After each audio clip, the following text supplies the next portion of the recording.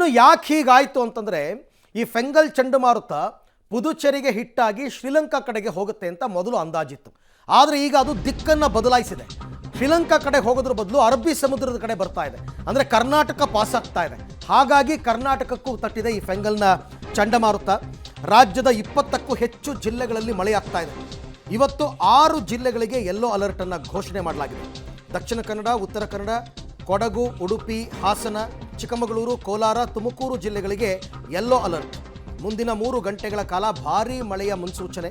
ಆಮೇಲೆ ಸುಮಾರು ಜಿಲ್ಲೆಗಳಲ್ಲಿ ಇವತ್ತು ಶಾಲಾ ಕಾಲೇಜುಗಳಿಗೆ ರಜೆಯನ್ನು ಕೂಡ ಘೋಷಣೆ ಮಾಡಿಕೊಂಡಿದ್ದಾರೆ. ನೋಡಿ, ರೆಡ್ ಅಲರ್ಟ್ ಕೂಡ ಇದೆ ಕರ್ನಾಟಕದಲ್ಲಿ. ರೆಡ್ ಅಲರ್ಟ್ ಅಂದರೆ ವೆರಿ ಡೇಂಜರ್ ಅಂತ, ಆರೆಂಜ್ ಅಲರ್ಟ್ ಅಂದರೆ ಅದಕ್ಕಿಂತ ಸ್ವಲ್ಪ ಕಡಿಮೆ, ಯೆಲ್ಲೋ ಅಲರ್ಟ್ ಅಂದರೆ ಅದಕ್ಕಿಂತನೂ ಇನ್ನೂ ಕಡಿಮೆ.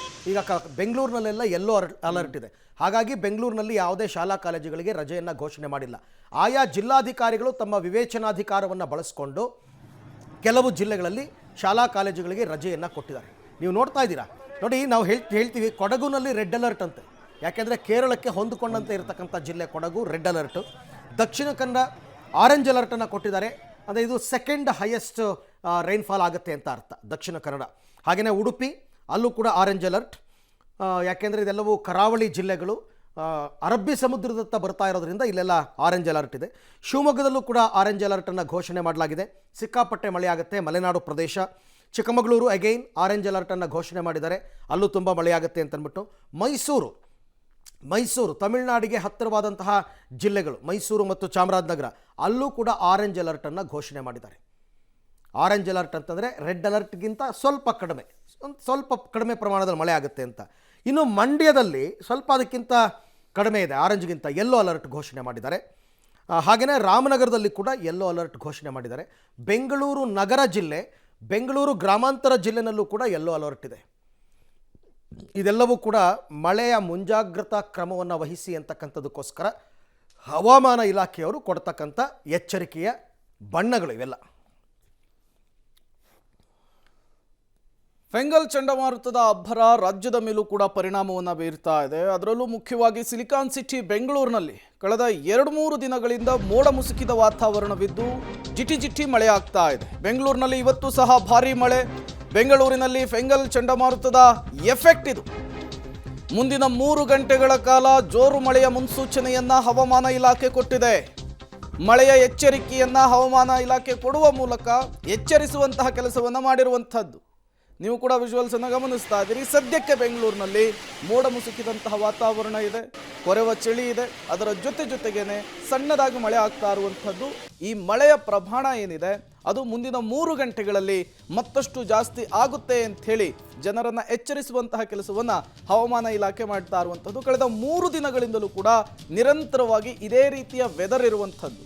ಸೂರ್ಯನ ದರ್ಶನವೇ ಆಗಿಲ್ಲ ಬೆಂಗಳೂರಿನ ಜನರಿಗೆ. ಆ ಪ್ರಮಾಣದಲ್ಲಿ ಮೋಡ ಕವಿದಿದೆ. ಸಂಪೂರ್ಣವಾಗಿ ಮಧ್ಯಾಹ್ನದಲ್ಲೂ ಕೂಡ ಚಳಿಯ ವೆದರ್ ಇರ್ತಾ ಇದೆ.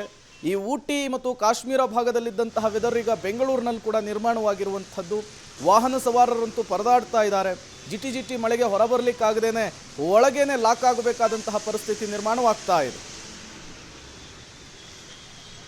ಮತ್ತಷ್ಟು ಡೀಟೇಲ್ಸ್ ಅನ್ನು ಕೊಡ್ತಾರೆ ಮಾದೇಶ ಅನೇಕಲ್ ನೇರ ಸಂಪರ್ಕದಲ್ಲಿ ಜಾಯಿನ್ ಆಗಿದ್ದಾರೆ. ಮಾದೇಶ, ಫೆಂಗಲ್ ಚಂಡಮಾರುತದ ಎಫೆಕ್ಟ್ ಬೆಂಗಳೂರಿಗೂ ಕೂಡ ತಟ್ಟಿರುವಂಥದ್ದು.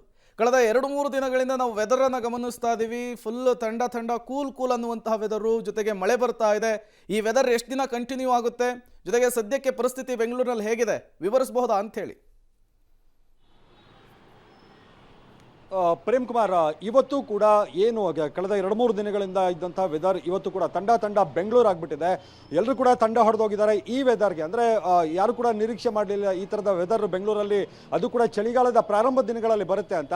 ಮಳೆ ಜೊತೆಗೆ ಚಳಿ, ಇದನ್ನು ಒಂದು ರೀತಿ ಎಂಜಾಯ್ ಮಾಡುವಂಥ ಜನ ಕೂಡ ಇದ್ದಾರೆ. ಯಾಕಪ್ಪ ಈ ರೀತಿಯಾಗಿ ಮಳೆ ಬರ್ತಿದೆ ಅನ್ನೋ ಥರದ ಮನಸ್ಥಿತಿಯಲ್ಲಿ ಕೂಡ ಹಲವು ಜನ ಇರುವಂಥದ್ದು. ಕಳೆದ 2-3 ದಿನಗಳಿಂದ ಸೂರ್ಯನನ್ನು ದರ್ಶನ ಮಾಡ್ಕೊಳ್ಳೋಕ್ಕೆ ಸಾಧ್ಯ ಆಗಿಲ್ಲ. ಆ ಮಟ್ಟಕ್ಕೆ ಮೋಡ ಮುಸುಕಿದಂಥ ವಾತಾವರಣ, ಜೊತೆಗೆ ಹಲವು ಕಡೆಗಳಲ್ಲಿ ಮಳೆ ಬೀಳ್ತಾನೆ ಇದೆ. ಅಂದರೆ ಸೈಕ್ಲೋನ್ ರೀತಿಯಾಗಿ ತುಂತುರು ಮಳೆ ಬೀಳ್ತಾನೆ ಇದೆ. ಕಳೆದ ರಾತ್ರಿಯೂ ಕೂಡ ಸುಮಾರು ಒಂದು ಮಧ್ಯರಾತ್ರಿವರೆಗೂ 2 ಗಂಟೆ 3 ಗಂಟೆ ಜಾವದವರೆಗೂ ಕೂಡ ಹಲವು ಕಡೆಗಳಲ್ಲಿ ಮಳೆ ಆಗಿದೆ. ನಂತರ ಒಂದು ಸ್ವಲ್ಪ ಮಟ್ಟಿಗೆ ಬ್ರೇಕ್ ಕೊಟ್ಟಿದೆ. ಆದರೆ ಈಗ ಹವಾಮಾನ ಇಲಾಖೆಯವರು ಕೊಟ್ಟಿರುವಂಥ ಎಚ್ಚರಿಕೆಯ ಪ್ರಕಾರ ಇನ್ನು 3 ಗಂಟೆಗಳಲ್ಲಿ ಬೆಂಗಳೂರಿನಲ್ಲಿ ಸಾಧಾರಣ ಮಳೆ ಆಗುತ್ತೆ ಅಂತ. ಅಂದರೆ ಸಾಧಾರಣ ಮಳೆ ಅಂದರೆ ಯೆಲ್ಲೋ ಅಲರ್ಟನ್ನು ಕೊಟ್ಟಿರ್ತಾರೆ. ಯೆಲ್ಲೋ ಅಲರ್ಟು ಸಾಧಾರಣ ಮಳೆ ಅಂದರೆ ಬೆಂಗಳೂರಿಗೆ ಅದೇ ಹೆಚ್ಚಾಗಿರುತ್ತೆ. ಅದರಿಂದಾಗಿ ಎಚ್ಚರವಾಗಿರಿ ಅನ್ನುವಂಥ ಎಚ್ಚರಿಕೆಯನ್ನು ಹವಾಮಾನ ಇಲಾಖೆಯವರು ಕೊಟ್ಟಿರುವಂಥದ್ದು.